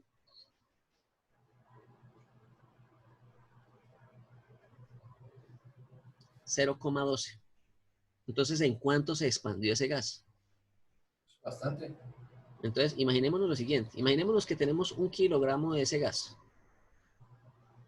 El kilogramo a la entrada está ocupando, en 2, estaría ocupando 123 litros, más o menos. ¿Sí? Cuando pasó por la turbina, ese gas se expandió a 9.018 litros. Entonces tuvo una expansión tremenda, ¿no? O sea, generalmente por eso es que las tuberías a la salida de las turbinas son de mayor diámetro, para que permita el flujo de esa cantidad de volumen de manera adecuada. ¿Sí? Entonces, es una cantidad de volumen gigantesca en la que se aumenta las características de ese fluido. Entonces, por eso se dice que en las turbinas los gases se expanden, ¿sí? Porque su volumen aumenta de manera drástica. Entonces, aquí hay un aumento de volumen tremendo. Aquí tenemos 0,1. Recordemos que estas escalas generalmente se colocan de manera logarítmica, ¿no? Entonces, aquí tenemos 0,1, aquí tendríamos 1 y por aquí tendríamos 10, ¿sí? Entonces, más o menos por aquí sería el valor, y está con 90%, entonces está en un valor por aquí dentro del domo, con un valor de 9 metros cúbicos por kilogramo. Entonces, aquí de 2 pasamos a 3. ¿Listo? en ese proceso, ¿sí? Ahora, en este proceso se produjo ¿qué?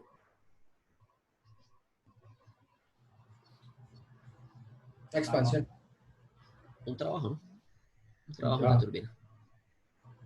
Se produjo un trabajo en la turbina debido a la expansión del vapor de agua sobrecalentado a vapor saturado. Otra cosa, muchachos. Normalmente estas turbinas tienen un límite para operar con alguna proporción de agua, ¿no? Porque ahí hay una proporción de agua en la mezcla, ¿no?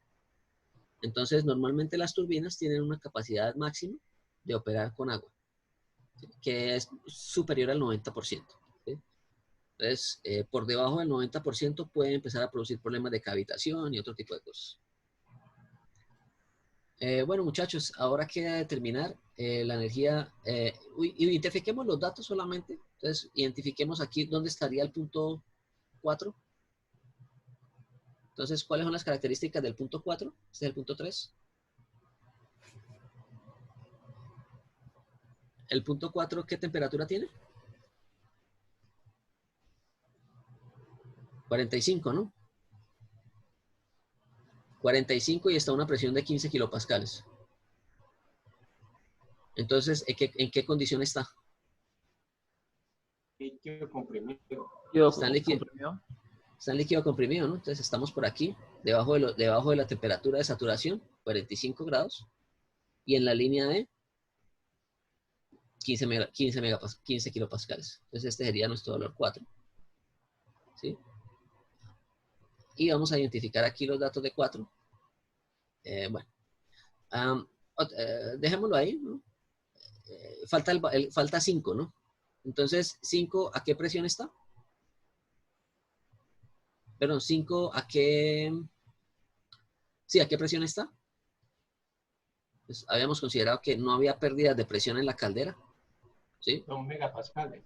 Entonces estará en la línea de 2 megapascales, ¿no? Entonces debe estar sobre esta línea de 2, en algún punto por acá. ¿Sí?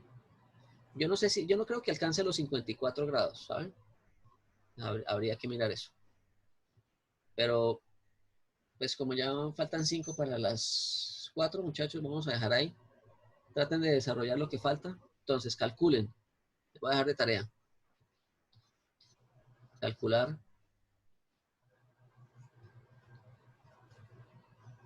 el calor en la caldera, el trabajo de la bomba, calor en el condensador. ¿Listo? En la próxima clase, de todas formas, lo resolvemos ahí rápido al inicio. Y en la próxima semana yo les indico si confirmamos a las 2 de la tarde, ¿bueno?